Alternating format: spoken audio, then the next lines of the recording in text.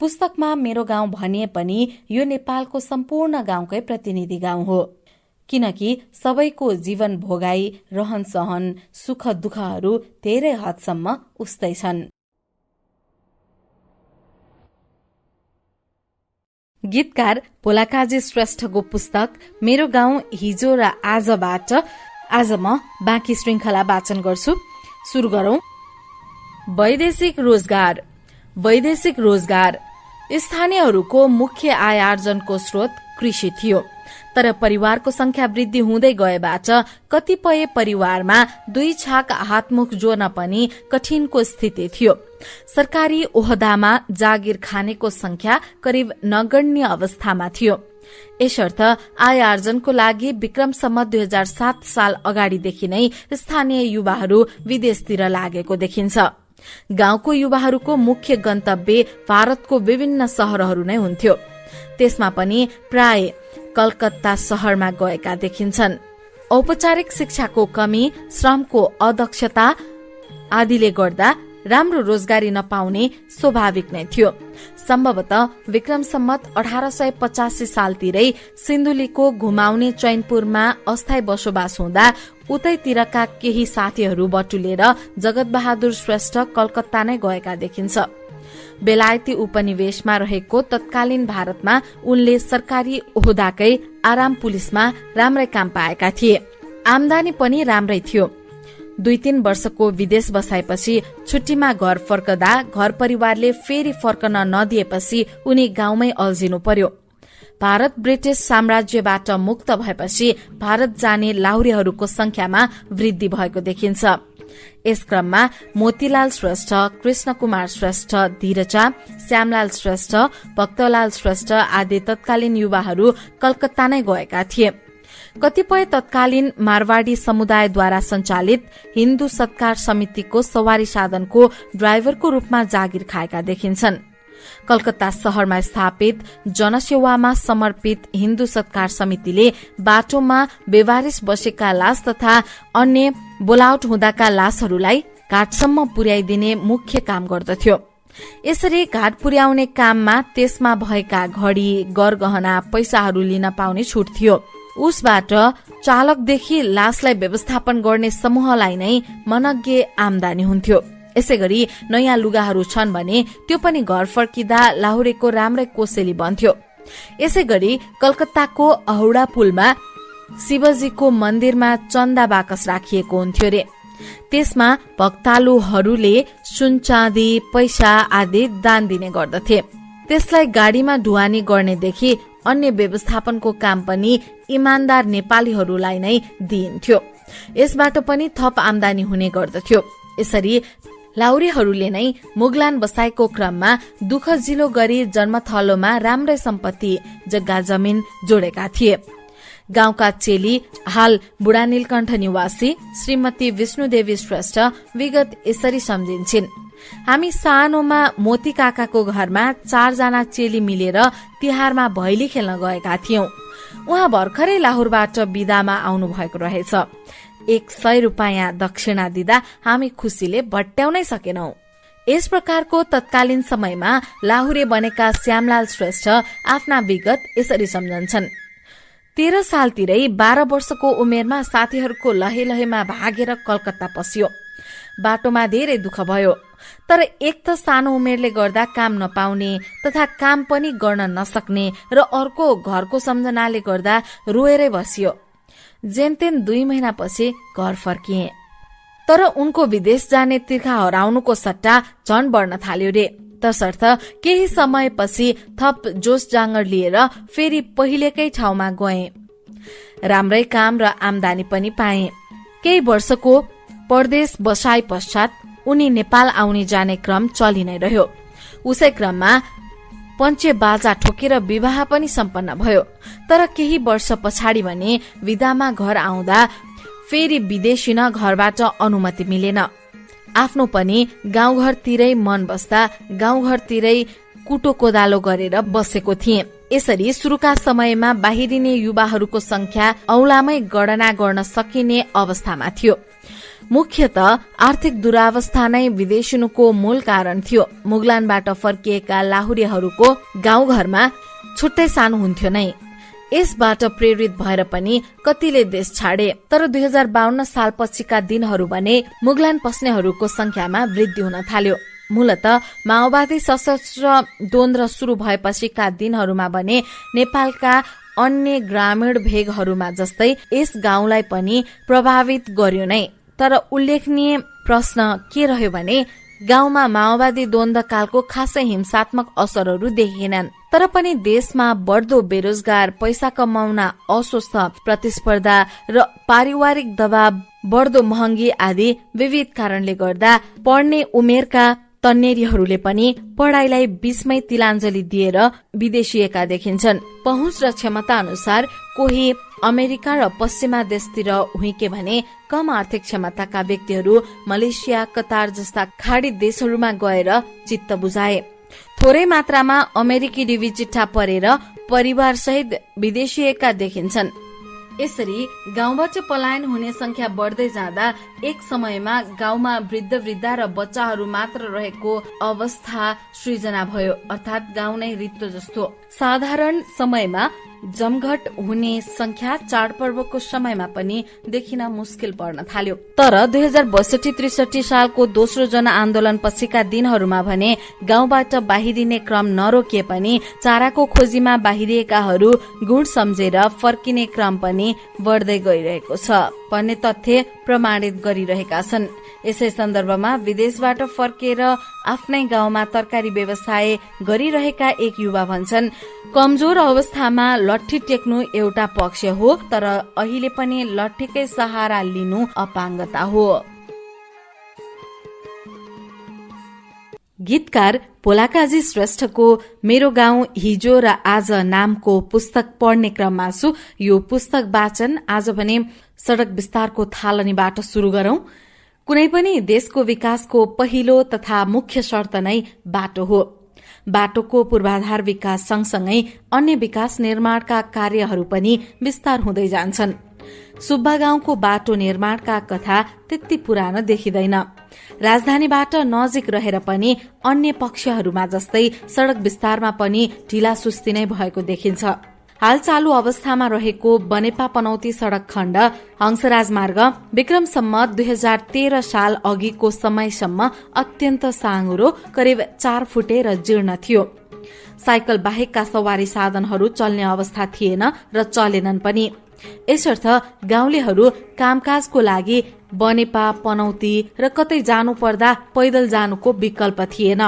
त्यस्तै राजधानी शहर पुग्नको लागि पुरानो बाटो हुँदै भक्तपुरको सिद्ध पोखरीसम्म हिँडेर जानुपर्ने थियो र त्यहाँबाट मात्र केही सवारी साधन उपलब्ध हुने गर्थ्यो।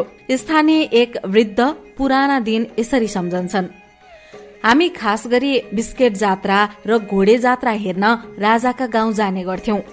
गाडीको सुविधा नहुँदा बाटोमा चाहिने सामल बोकेर हिँडेर जान्थ्यौं। बाटोमा आउने जानेको बाक्लै भिड हुन्थ्यो। हिँड्दै जाँदा साङा भन्ज्याङ आउने जानेको जक्सन विश्राम गर्ने मुख्य नाका हुन्थ्यो। साङाको तत्कालीन बजार, अहिलेको पुरानो बजारमा दहीको थुप्रै पसल थिए। प्राय बटुवाहरू आउजाउ गर्दा यहाँ आइसकेपछि थकाइ मार्दै दही चिउरा खाने प्रचलन थियो।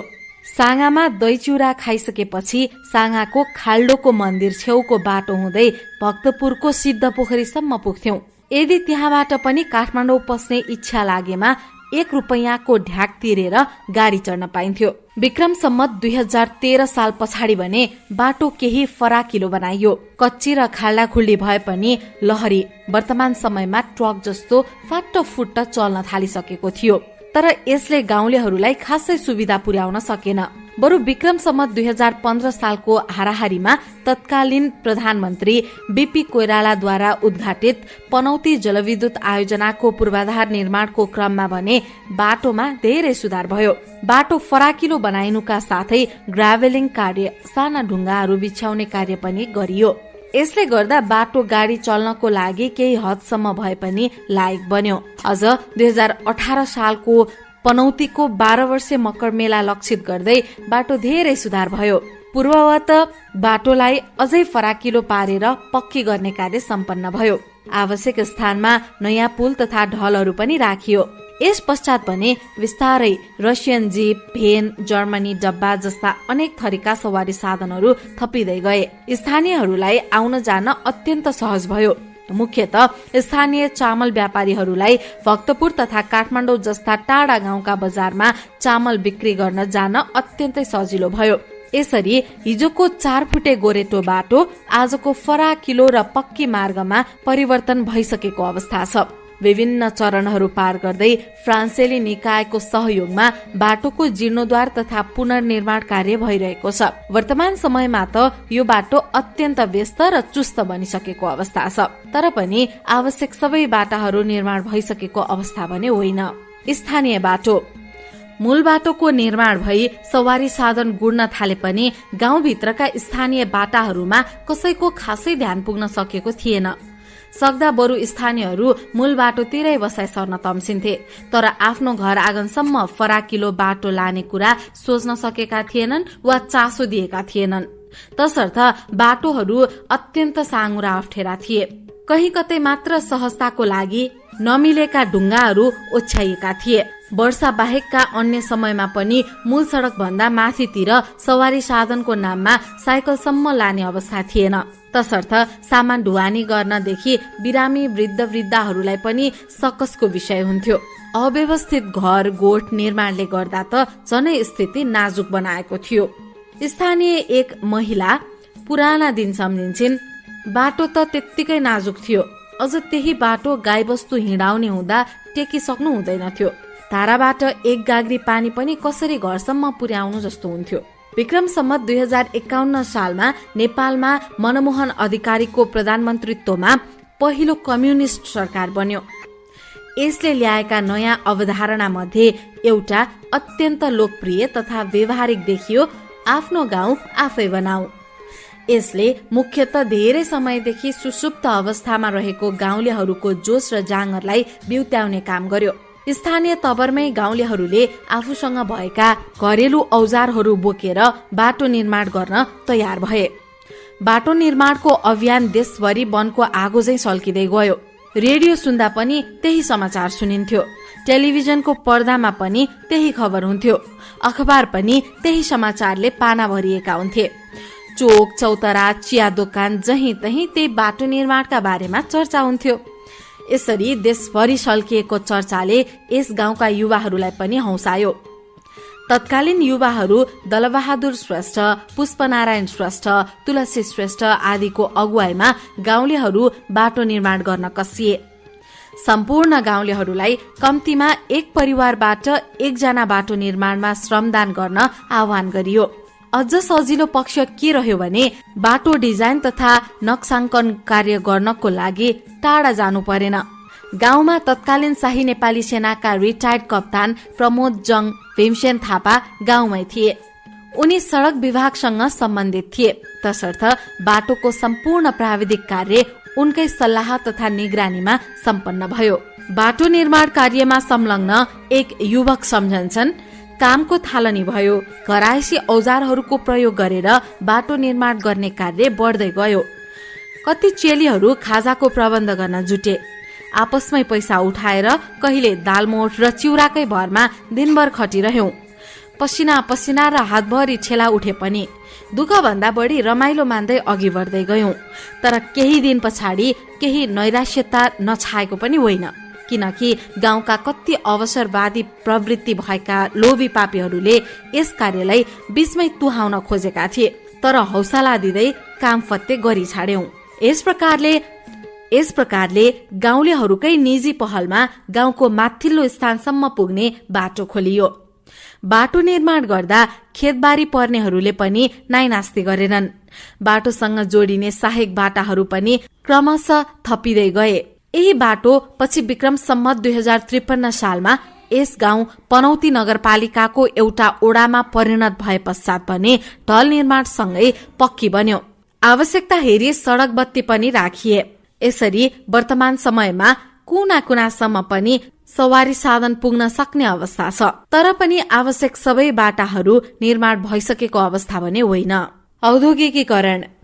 कृषि नै मुख्य परम्परागत पेशा रहे पनि यस गाउँमा विक्रम सम्मत 1880 भन्दा अघिका दिनहरूमा हाते तानको प्रयोगबाट फरिया, पटुवा आदि कपडाहरू बुन्ने गरिन्थ्यो।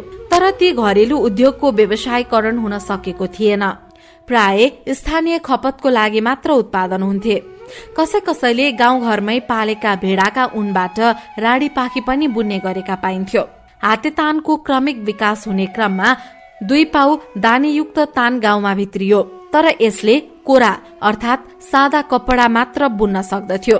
कोरा कपडा बुन्ने काम केही मात्रामा व्यावसायिक रूपमा पनि सम्भव हुन पुग्यो। तर विक्रम सम्मत 2011 तिर 2 पाउ दानीलाई विस्थापन गर्ने गरी 4 पाउ दानीयुक्त तान अर्थात देशी तान गाउँमा भित्रियो। यसले गाउँको कपडा बुन्ने कार्यमा क्रान्ति नै आयो भन्न सकिन्छ। देशी तानलाई देशमा भित्र्याउने श्रेय स्थानीय ललित बहादुर श्रेष्ठ कान्छा दाईलाई जान्छ। उनले घरेलु उद्योगमा देशी तान सम्बन्धी तालिम लिएर आफ्नै निवासमा तान राखेका थिए। तर परिवारबाट शुरू भएको उनको सिप क्रमशः गाउँभरि नै फैलियो। देशी तानले 2 पाउ दानीयुक्त तानले जस्तो एकै रङको सादा कपडा नभई बुट्टेदार रंगीन कपडा स्थानीय भाषामा पुन्टु पनि बुन्न सम्भव भयो।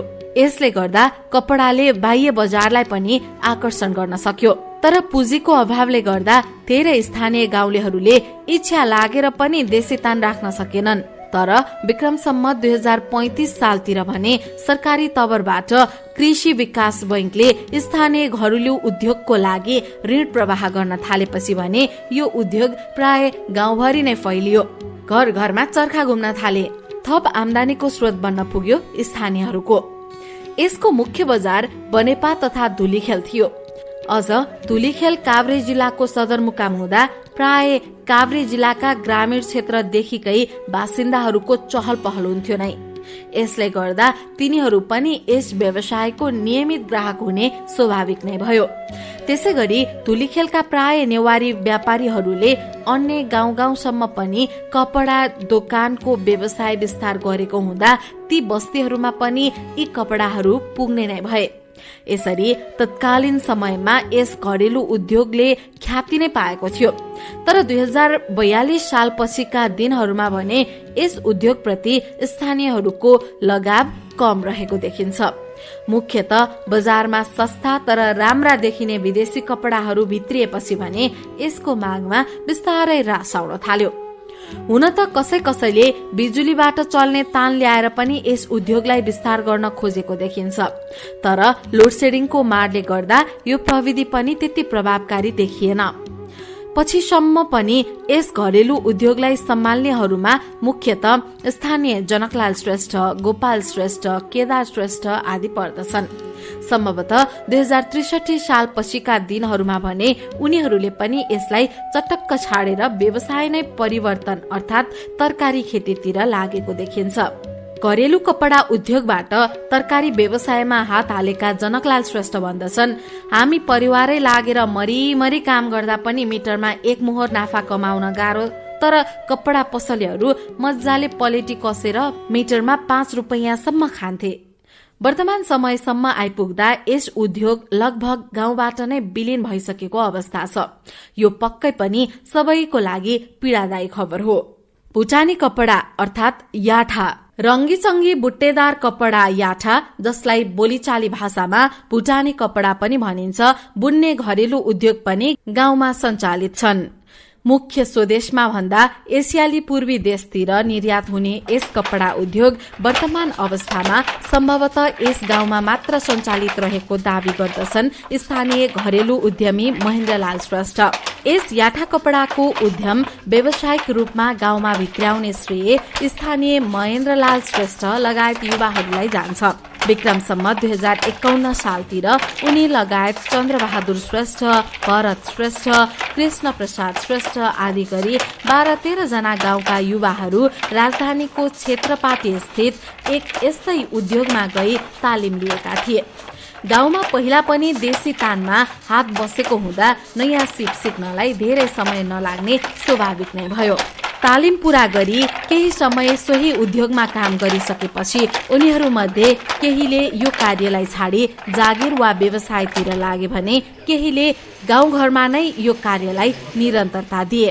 सुरुका दिनमा गाउँमा यस उद्योगको खुबै लहर चले पनि वर्तमान अवस्थासम्म आइपुग्दा यसलाई निरन्तरता राख्नेहरूमा सम्भवतः 2 जना महेन्द्रलाल श्रेष्ठ र चन्द्रबहादुर श्रेष्ठ मात्र पर्छन्। विगत 18 वर्षभन्दा बढीको अनुभव बटुलिसकेका महेन्द्रलाल श्रेष्ठको भनाइ अनुसार उनको हातले बुनेको कपडा राजधानीका ठमेल र भक्तपुर दरबार स्क्वायरमा केही बिक्री वितरण भए पनि मुख्यतः जापान, युगोस्लाभाकिया लगायत समुद्र पारका 5-7 देशहरूमा पुग्दछन्। यस कपडाको बजार विस्तारको सम्भावना देखिन्छ।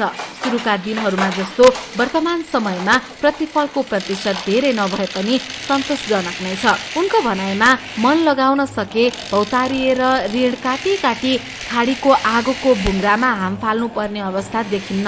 घर परिवारसँगै बसी खेतबारी पनि भ्याएर सजिलैसँग घर गृहस्थी चलाउन सकिन्छ भन्ने उनको विश्वास छ। तसर्थ जनशक्तिको खाँचो एकमात्र समस्या देखिएको यस उद्योगको विस्तार हुन सके स्थानीयहरूले पनि रोजगारी पाउने थिए भने सँगसँगै देशको घरेलु उद्योगको विकासमा पनि टेवा पुग्ने देखिन्छ। स्वास्थ्य गतिविधि। स्वास्थ्य नै धन हो भन्ने उक्ति भए पनि सुब्बा गाउँका स्थानीयहरूको हकमा भने यो त्यति लागू भएको देखिँदैन। नेपालका अधिकांश ग्रामीण भेगमा जस्तै बिरामी हुँदा सुरुमा गाउँकै वैद्य तथा धामीकै शरणमा जाने चलन अद्यावधि छ। अझ विगतका दिनहरूमा शिक्षा र चेतना स्तरको कमीले धेरैले अकालमा ज्यान गुमाएका देखिन्छन्। तरै पनि एक कालखण्डमा इच्छे जोगी र काले जोगी 2 दाजुभाइले स्थानीयहरूको उपचारमा राम्रै सेवा गरेको गाउँलेहरू अझै सम्झन्छन्। केसम्म भनिन्छ भने कोही बालबच्चालाई त सन्चो नहुँदा ती वैद्यहरूको नाम लिँदैमा सन्चो हुन्थ्यो रे। घरका अभिभावकहरू खेतीपातीमै बढी व्यस्त हुनुपर्ने हुँदा बालबच्चाहरूको स्वास्थ्य, शिक्षा जस्ता आधारभूत आवश्यकताहरूमा पनि ध्यान पुर्याउन फुर्सद मिल्दैन थियो। धाराको पानी शुद्धिकरण बिनै सिधै पिउने, चर्पीको अभावले जथाभावी शौच गर्ने हुँदा मूलत वर्षा समयमा विभिन्न रोगहरूको संक्रमण हुन्थ्यो। त्यसै गरी शौच तथा अन्य कार्य गरे पछाडिको सरसफाईको कमी तथा बिरामी भइसकेपछिको उचित उपचारका कमी आदि जस्ता तत्कालीन समयका जल्दा बल्दा स्वास्थ्य समस्या थिए। त्यसमाथि गाउँमा स्वास्थ्य चौकीको अभाव पनि थियो नै। विक्रम सम्मत 2042 साल अघिसम्म गाउँमा 2-4 घरमा बाहेक अन्यत्र व्यवस्थित शौचालय भएको देखिन्न। प्राय गाउँलेहरू खोला, कुलेसो छेउ, चौर, बनझाडी, बाँसका झाङहरूमा शौच गर्न जान्थे। बच्चाहरूले बाटै छेउछाउमा शौच गर्दा ओहोर दोहोर गर्न नाकमुख थुनेर दौडनु पर्ने अवस्था थियो। पाहुना पासा आउँदा झनै अप्ठ्यारो परिस्थिति हुन्थ्यो। प्राय घरको संरचना अनुसार छिडीमै पशुपालन गर्ने हुँदा परिवारका सदस्यहरूले पनि त्यही मूत्र त्याग गर्ने चलन पनि थियो। यही समस्याहरूमा सुधार हुँदै विक्रम सम्मत 2053 सालसम्म आइपुग्दा गाउँमा धेरै पक्की खालको शौचालय बन्न थाले। मूलत विक्रम सम्मत 2054 सालको मकर मेलालाई लक्षित गर्दै मूल सड़कलाई पुनर्निर्माण गर्ने क्रममा बाटो छेउका ढलहरू पनि निर्माण भयो। बाटो निर्माणका ठेकेदारहरूसँग केही कम्ती मूल्यमा सिमेन्ट तथा अन्य निर्माण सामग्रीहरू खरिद गरेर गाउँमा शौचालय बनाउने लहर नै चलेको दावी गर्छन् एक स्थानीय। जे होस्, यस पछाडि भने सरसफाई कार्यमा धेरै नै सुधार आएको देखिन्छ। यति हुँदाहुँदै पनि वर्तमान समयमा गाउँमा स्वास्थ्य तथा सरसफाईमा धेरै समस्या तथा चुनौतीहरू छन्। अझै पनि व्यवस्थित पशुपालन हुन नसक्दा घर वरपर फोहोर हुने तथा विभिन्न रोगहरू सजिलै फैलिने खतरा हुँदैछ। यसै गरी सफा खानेपानीको अभाव गाउँमा त्यस्तै छ। यसर्थ टोल टोलमा टोल सुधार समिति गठन गरी स्थानीय तवरमै सरसफाई तर सुधारको कार्यक्रम ल्याउन सके प्रभावकारी हुन सक्ने स्थानीयको बुझाइ छ। खानेपानीको दीर्घकालीन समाधानको लागि पनि सोच्न तथा काम गर्न ढिला भइसकेको छ। व्यापार, व्यवसाय तथा अन्य गतिविधि। मुख्य पेशा कृषि भए पनि कृषिमा मात्र आधारित हुँदा घर खर्च धान्नै गाह्रो पर्ने अवस्था छँदै थियो। अर्कोतिर खेतीपाती गरेर बचेको समय सदुपयोग गर्ने मनसायले तत्कालीन समयमा स्थानीयहरू व्यापार व्यवसायमा लागेका देखिन्छन्। विक्रम सम्वत 2007 साल भन्दा अगाडि नै स्थानीयहरू छिमेकी जिल्लाका विस्तारित बस्तीलाई लक्षित गर्दै किरानादेखि कपडा दोकानसम्म राख्न गएका देखिन्छन्। मुख्यतः सिन्धुली र रामेछापका विभिन्न ठाउँमा व्यवसाय सञ्चालन गरी त्यही घरजम गरी बस्नेहरू पनि भेटिन्छन्। मोटर बाटोको अभाव हुँदा परियाहरूलाई वजनको आधारमा ज्याला दिई बोकाएरै सामानहरू ढुवानी गरिन्थ्यो। विक्रम सम्वत 1878 सालतिरै स्थानीय गोपीलाल श्रेष्ठ आफ्नो व्यापारको सिलसिलामा सिन्धुली जिल्लाको घुमाउने चैनपुर गएका थिए। खेतीपातीको काम सकाएर हिउँतिर उनी त्यहाँ व्यवसाय गर्न जान्थे भने वर्षाको समयमा फेरि आफ्नो मूल घर फर्किने गर्थे। मूलत वर्षाको समयमा घरमा खेतीपातीको काम पनि हुने हुँदा तथा व्यापारिक स्थानमा भने औलो लाग्ने खतरा हुँदा स्थायी रूपमै बसोबास गर्ने अवस्था आउँदैनथ्यो। तरै पनि उनका एक सन्तानले भने स्थायी रूपमै बसोबास गरेका छन्। यसरी तत्कालीन समयमा स्थानीयहरूले फुर्सदको समयको सदुपयोग गर्दै विभिन्न व्यापार व्यवसाय गरेका देखिन्छन्। चौपाया व्यापार।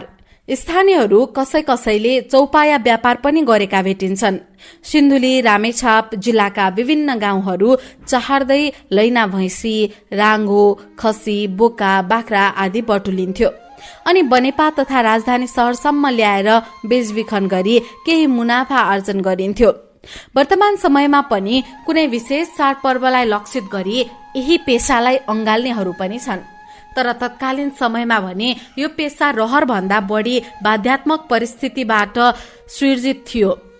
यिनै व्यापार व्यवसायको सिलसिलामा गाउँबेसी घुम्ने क्रममा चिनाजानी भई सिन्धुली र रामेछापका थुप्रै चेलीबेटीहरू यस गाउँमा बुहारी भएर भित्रिएका पनि छन्। चौपाया व्यापार गर्नु जोखिमपूर्णका साथसाथै धेरै दुःख पनि थियो, तर प्रतिफल भने अत्यन्त कम। व्यापार गर्न आफूसँग पैसा नहुँदा साहुसँग ऋण लिएरै जानु पर्दा अर्कातिर चर्को ब्याज त छँदैछ। यस्तै भैँसी व्यापारको सिलसिलामा सानो उमेरमै सिन्धुलीका विभिन्न गाउँ घुमेको सम्झना एक स्थानीय वृद्ध यसरी गर्दछन्। वर्षाको समयमा घरको खेतीपाती सकाएर बुबाको साथी भएर म पनि सिन्धुली जिल्लामा भैँसी लिन गएको थिएँ। खानको लागि घरबाटै सामल तथा ओड्ने ओछ्याउने लगेका थियौं। राति बस्नको लागि ठाउँ ठाउँमा पाटी बनाइएका थिए, त्यही बास बस्दै गर्यौं। गाउँ गाउँ डुल्दै 5-6 भैँसी बटुलेपछि फर्किने तर्खर गर्यौं। घरबाट हिँडेको पनि हप्ता दिन नागिसकेको थियो। झमझम पानी पर्ने रोकिने क्रम चल्दै थियो। बाटाहरू अप्ठ्यारा र चिप्ला हुने त भइहाल्यो, हातमा पुरानो छाता र लट्ठी थियो। बुबा अगाडि अगाडि भैँसी डोरी समात्दै बाटो पहिल्याउँदै हुनुहुन्थ्यो भने म पछाडि पछाडि त्यही लट्ठीले पिटेजै गर्दै भैँसीहरूलाई छिटो छिटो हिँडाउने प्रयासमा थिए। भैँसीका कलिला बच्चाहरू बिस्तारै हिँड्ने हुँदा बास बस्नको लागि कहाँ पुगिने हो टुङ्गो हुँदैन थियो। एक साँझ हामी यस्तै सुनकोशी नदीको बगरमा आइपुगेका थियौं। एउटा भैँसी हिँड्न नसक्ने अवस्थामा थियो, त्यसैले त्यही बास बस्ने अवस्था आयो। एकातिर झमझम पानी परिरहेको थियो, अर्कोतिर भने अँध्यारो रातमा कुन बेला कोसी उर्लेर बगाउने हो डर र सन्तास। एउटा बडे बरको रुखको मुनि ओत लागिरहेका थियौं। हातको छातालाई पनि श्रम परेर हो कि छाता पनि म जस्तै थकित र निथ्रुक्क थियो। तर खानै पर्ने। भैँसीलाई वरिपरि रुखमा बाँधेर सुकेका झिक्रा झाँक्री खोजी बाल्ने असफल प्रयास गर्यौं। अन्त्यमा हार खाएर बोकेको सातु खायौं। बुबा र म दुवैजना एक हातले छाता ओढ्दै ढुङ्गामा टुक्रुक्क बसेर निदाउने प्रयास गर्यौं। चामल व्यापार। चौपाया व्यापार पछिको स्थानीयहरू संलग्न अर्को व्यापार चामल व्यापार थियो। विक्रम सम्वत 2007 साल भन्दा पूर्वकै समयदेखि नै चामल व्यापारमा स्थानीय समूहगत रूपमा संलग्न भएका देखिन्छन्। यो व्यवसाय लगभग 2015-16 सालसम्म पनि यथावत रहेको देखिन्छ। हिउँदमा धान भित्र्याई गहुँ छर्ने काम सकिसकेपछि गाउँलेहरू फुर्सदिला हुन्थे। यही समयको सदुपयोग गर्दै घरमा 1-2 जना घरकुरुवा राखेर प्राय परिवारका सबै सदस्यहरू केटाकेटी र आइमाईहरू समेत चामल व्यापार गर्न जाने एक प्रकारले प्रचलन नै बन्यो। वर्तमान समयमा हिमाली भेगमा यार्सा गुम्बा टिप्न गए जस्तो आवश्यक झिम्टी गुन्टा बोकेर गाउँ नै उल्टिएर चितलाङ, वर्तमान कुलेखानी, भीमफेदीको बाटो हुँदै करिब 3 दिनको पैदल यात्रापछि हेटौडासम्म पुगिन्थ्यो। तत्कालीन चामल व्यापारमा संलग्न एक स्थानीयको भनाइ अनुसार वर्तमान हेटौडा शहर त्यस समय घना जंगल थियो। तसर्थ बाहिरबाट आएका व्यापारीहरूले मूल बाटोको छेउछाउ परि केही दिन लगाएर बस्नको लागि अस्थायी रूपमा छाप्रो बनाइन्थ्यो। घना जंगलको कारणले काठदाउराको खाँचो पर्ने त कुरा नै भएन। बाँससँगै धान कुट्नको लागि ढिकीको पनि निर्माण गरिन्थ्यो, जुन 1 वर्ष बनाएपछि पछिल्ला धेरै वर्षसम्म पनि काम लाग्ने प्रकृतिका हुन्थ्यो। बाँसको व्यवस्था पश्चात बलिया लोग्ने मान्छेहरू हेटौडा ओरपरका ग्रामीण भेगमा गएर केही सस्तो मूल्यमा धान किनेर ल्याउँथे। तत्कालीन समयमा मकवानपुरमा ठूलो खेती योग्य फाँटहरू थिए, जहाँ प्रशस्त धान खेती हुन्थ्यो। दिनभरि धान बटुल्न समय खर्चिन्थे भने रातभर ढिकीमा धान कुट्ने काम गरिन्थ्यो। यसमा परिवारका अन्य सदस्यहरू, आइमाई र केटाकेटीहरूको प्रमुख भूमिका हुन्थ्यो। धान कुटिसके पश्चात असल चामल एकातिर बेच्नेको लागि छुट्याइएको हुन्थ्यो भने टुटे फुटेका चामल तथा कनिकालाई आफै खानको लागि उपयोग गरिन्थ्यो। रातभर धान फलाइसकेपछि भोलिपल्ट सबेरै बेच्नको लागि भीमफेदी बजारमा लगिन्थ्यो। भीमफेदी तत्कालीन समयमा ओरपरका थुप्रै गाउँहरूको व्यापारिक केन्द्र थियो, जहाँ सप्ताहको 1 दिन जस्तो चहल पहल हुने गर्दथ्यो। यसर्थ गाउँले फलाएको धान बिक्री गर्न चामल व्यापारीहरूलाई खासै गाह्रो पर्दैनथ्यो। तसर्थ गाउँमा सबै पेशामा संलग्न अर्को स्थानीयको भनाइ अनुसार जति दुःखजिलो गरे पनि 1 सिजन अर्थात् 4-5 महिनाको अवधिमा सबै खर्च कटाएर बढीमा 400-500 सम्म मात्र जोगाउन सकिने अवस्था हुन्थ्यो। कतिले त दुःख गरेर खाएको भर मात्र पनि हुने गर्दथ्यो। यसरी चामल व्यापार गर्दै तत्कालीन पुस्ताका कतिले हेटौडातिरै स्थायी रूपमा बसोबास गरेको देखिन्छ। त्यसमध्येमा रत्नबहादुर श्रेष्ठका सन्तानहरू वर्तमान समयमा पनि हेटौडामै स्थायी रूपमा बसोबास गरिरहेका छन्। विकुलाल श्रेष्ठ तथा अन्यका केही सन्तानहरू पनि यसकै आसपासका ठाउँमा स्थायी रूपमै घरजम गरेको पाइन्छ।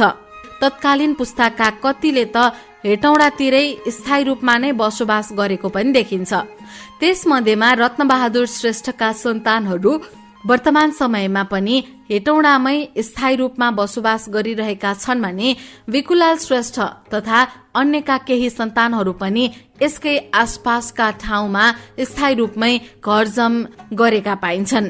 यसरी नै यही व्यवसायमा दुःख गर्ने स्थानीयहरूमा सानुकाजी श्रेष्ठ, रामलाल श्रेष्ठ, धर्मलाल, ज्ञानबहादुर, मोहनवीर, रामबहादुर श्रेष्ठ लगायत दुवै टोलका बराबरी देखिन्छन्। चामल व्यापार गर्ने क्रममा विक्रम सम्वत 2016 सालसम्म पनि निरन्तरता पाएको देखिन्छ।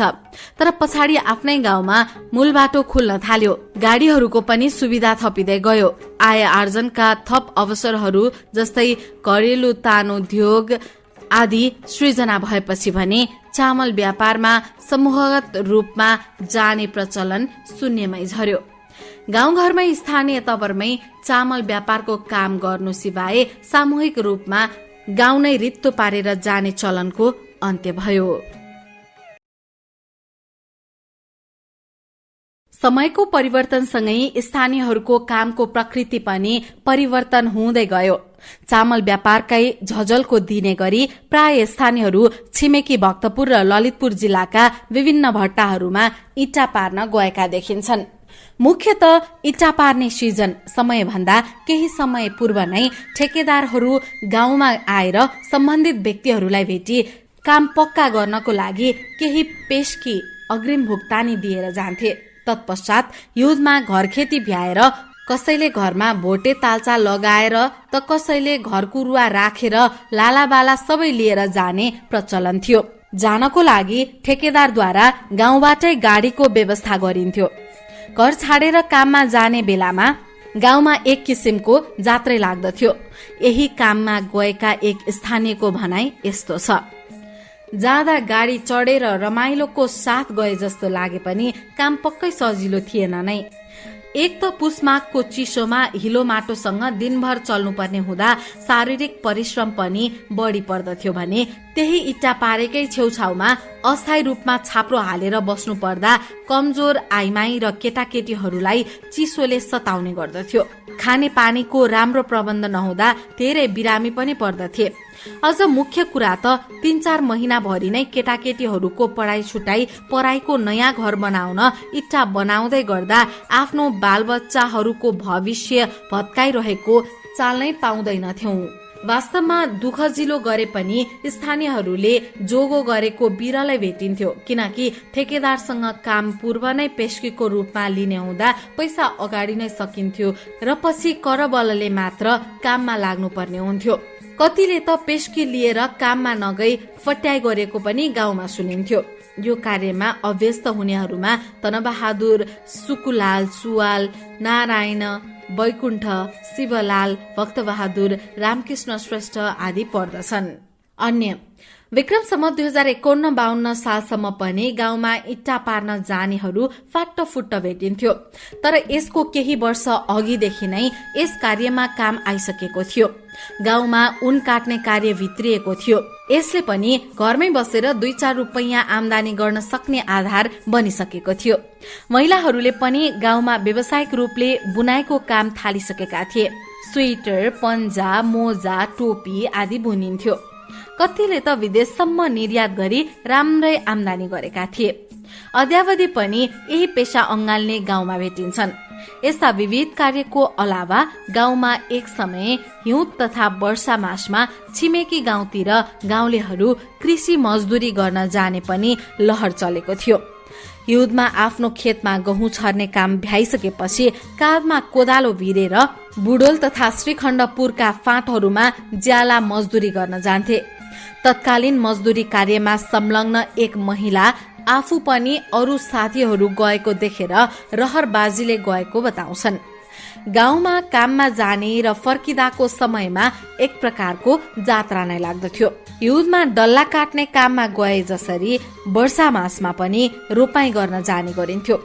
असारे भाकामा दोहोरी गीत घन्काउँदै घुम बोकेर रोपार र बाउसेहरू गाउँ नै शून्य पारेर जाने गर्दथे। यसरी केही वर्षहरूसम्म यस्ता प्रचलन देखिए पनि विक्रम सम्वत 2046 साल पछिका दिनहरूमा यस्ता कार्यहरू पनि पातलिँदै गई पछि करिब करिब शून्य अवस्थामा नै पुग्यो।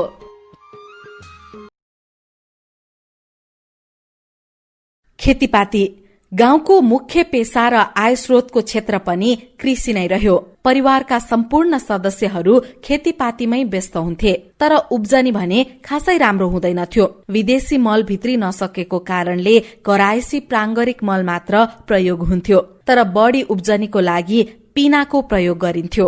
मूलत गाउँबाट नजिक रहेका बनेपात तथा सानो दुलुङ, ढुङखर्क आदि स्थानहरूमा कोल अर्थात तोरी पेल्ने हाते मेसिन राखिएका थिए। तोरीलाई पेलिसकेपछि बाँकी रहेको छोक्रा अर्थात पिना लिन किसानहरू जान्थे। कोही कोही त काठमाडौँको खोकनासम्म पनि पिना लिन जान्थे रे। पिना धार्नी अर्थात तौलको आधारमा किनबेच हुन्थ्यो। ढिका पिनालाई ढिकीमा कुटेर मसिनो पारी खेतबारीमा हाल्ने लायक बनाइन्थ्यो। एक स्थानीयको भनाइ अनुसार पिना धार्नेको 5 सुकासम्म किनेको याद छ। पिना किन्न जाँदा साथीभाइ मिलेर समूहगत रूपमा गइन्थ्यो।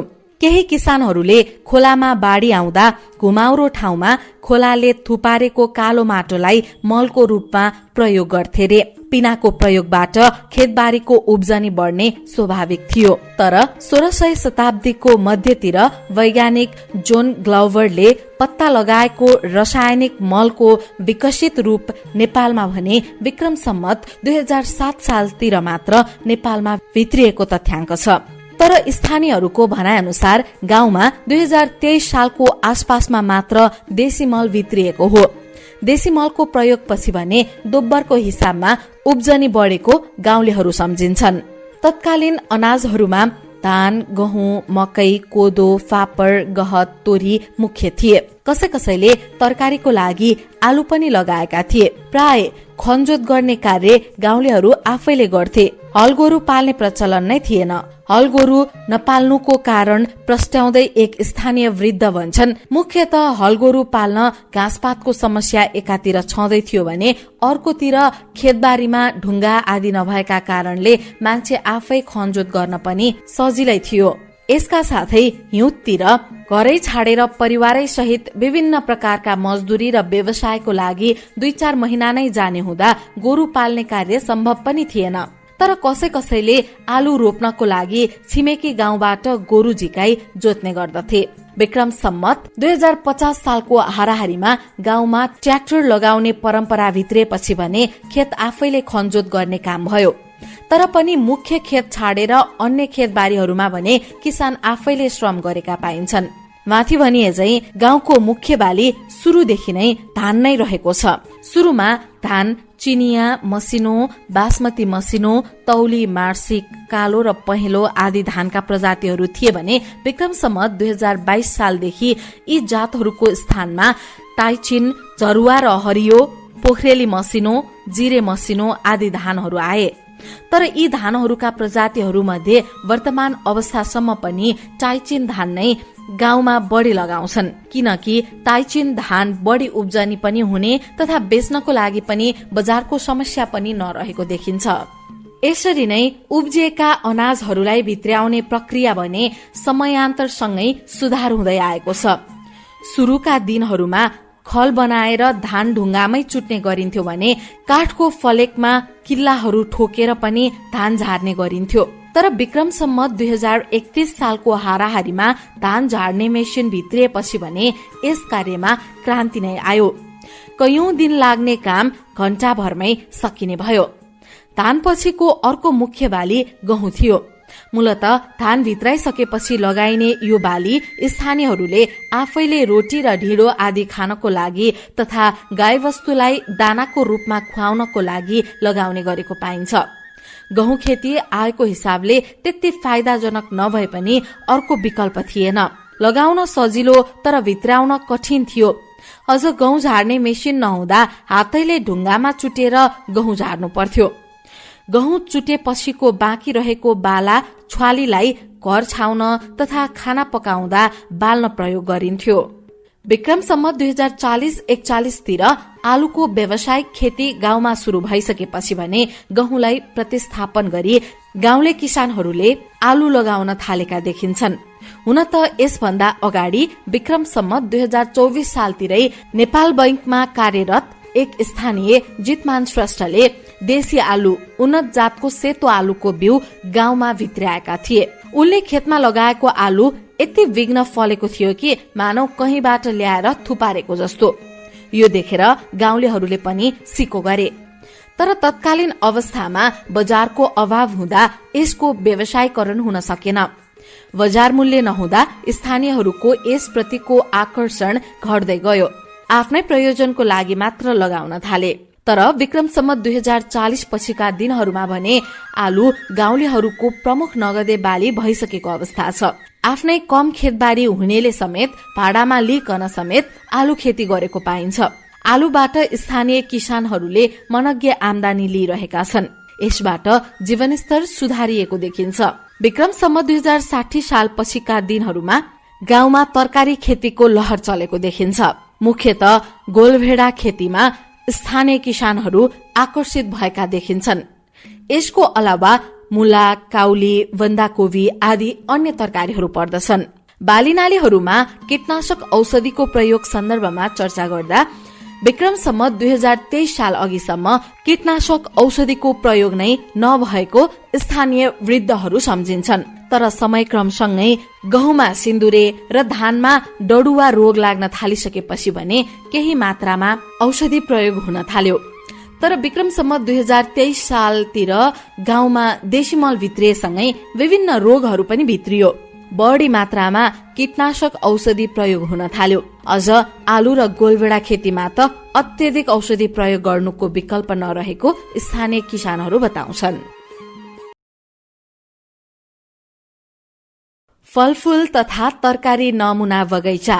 वर्तमान समयमा फलफूल तथा तरकारी नमुना बगैँचा पनि गाउँमा सञ्चालन भइरहेको छ।